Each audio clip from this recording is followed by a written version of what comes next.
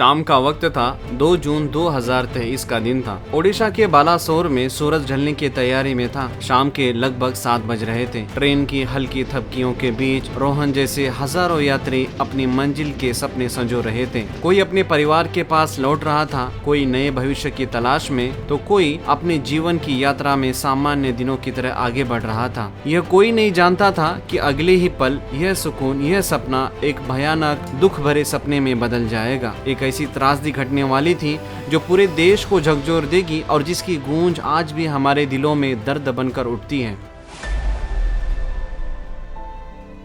नमस्कार दोस्तों, आज हम बात करेंगे बालासोर ट्रेन दुर्घटना की। इस हादसे में जो कुछ हुआ वह अकल्पनीय था। इससे निकली पीड़ा, नुकसान और साहस की कहानियां हमारे दिलों को झकझोर देती हैं। आइए उस भयानक शाम के हर पहलू को विस्तार से जानते हैं। कोरोमंडल एक्सप्रेस, जिसका गाड़ी संख्या नंबर 12,841 था, चेन्नई से हावड़ा अपने निर्धारित गति से दौड़ रही थी। यात्री निश्चिंत थे, अपनी मंजिल की ओर बढ़ रहे थे। इसी बीच बहानगा बाजार रेलवे स्टेशन के पास एक मालगाड़ी भी वहां खड़ी थी। अचानक सिग्नल की एक गंभीर गलती या मानवीय भूल के कारण कोरोमंडल एक्सप्रेस मेन लाइन से हटकर लूप लाइन पर चली गई। पल भर में ही कोरोमंडल एक्सप्रेस की उस खड़ी मालगाड़ी से भीषण टक्कर हुई।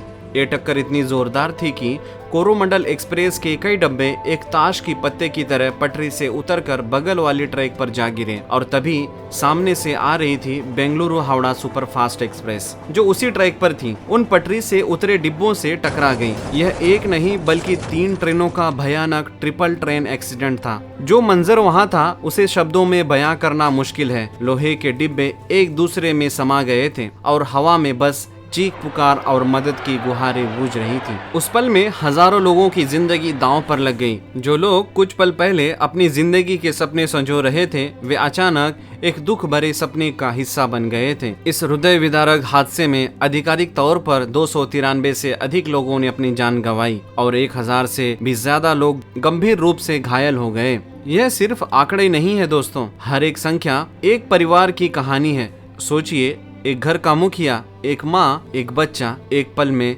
सब कुछ खत्म। लेकिन इस त्रासदी ने मानवता के सबसे उज्जवल पक्ष को भी उजागर किया। दुख की इस सबसे बड़ी घड़ी में भारत की एकता और सेवा भावना चमक उठी। दुर्घटना के तुरंत बाद राहत और बचाव कार्य युद्ध स्तर पर शुरू हो गया। स्थानीय लोग जो पास के गांव में रहते थे, बिना किसी सरकारी आदेश का इंतजार किए सबसे पहले घटना स्थल पर पहुंचे। उन्होंने अपने ही हाथों से मलबे को हटाना शुरू किया, घायलों को पानी पिलाया और उन्हें सुरक्षित स्थान पर पहुंचाया। एनडीआरएफ, एसडीआरएफ, पुलिस, सेना और रेलवे के जवान अंधेरे और मुश्किल हालातों में बिना रुके घायलों को बचाने और निकालने में जुट गए। पूरे देश भर से मदद के हाथ आगे आए। कटक और भुवनेश्वर के अस्पतालों में खून की कमी को पूरा करने के लिए हजारों लोग रक्तदान करने के लिए लंबी लंबी लाइनों में खड़े हो गए। यह दृश्य दिल को छूने वाला था, जहां राहत कर्मियों की बहादुरी और आम लोगों की निस्वार्थ सेवा भावना स्पष्ट नजर आई। यह दिखाता है कि संकट के समय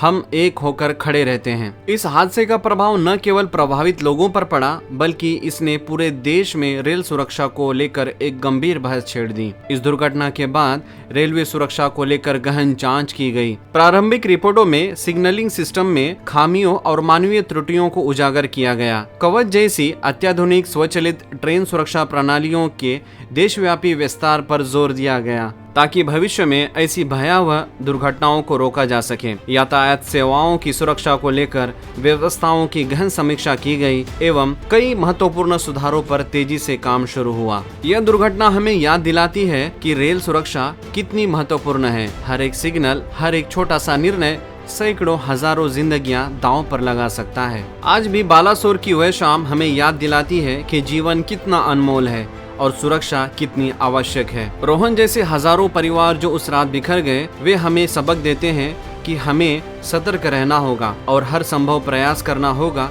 कि ऐसा हादसा भविष्य में कभी ना हो। हमारी संवेदनाएं बालासोर दुर्घटना के सभी पीड़ित परिवारों के साथ हैं। उनकी पीड़ा हमें याद दिलाती है कि रेलवे सिर्फ पटरियों और ट्रेनों का जाल नहीं, बल्कि करोड़ों लोगों की आशाओं और सपनों का वाहक है।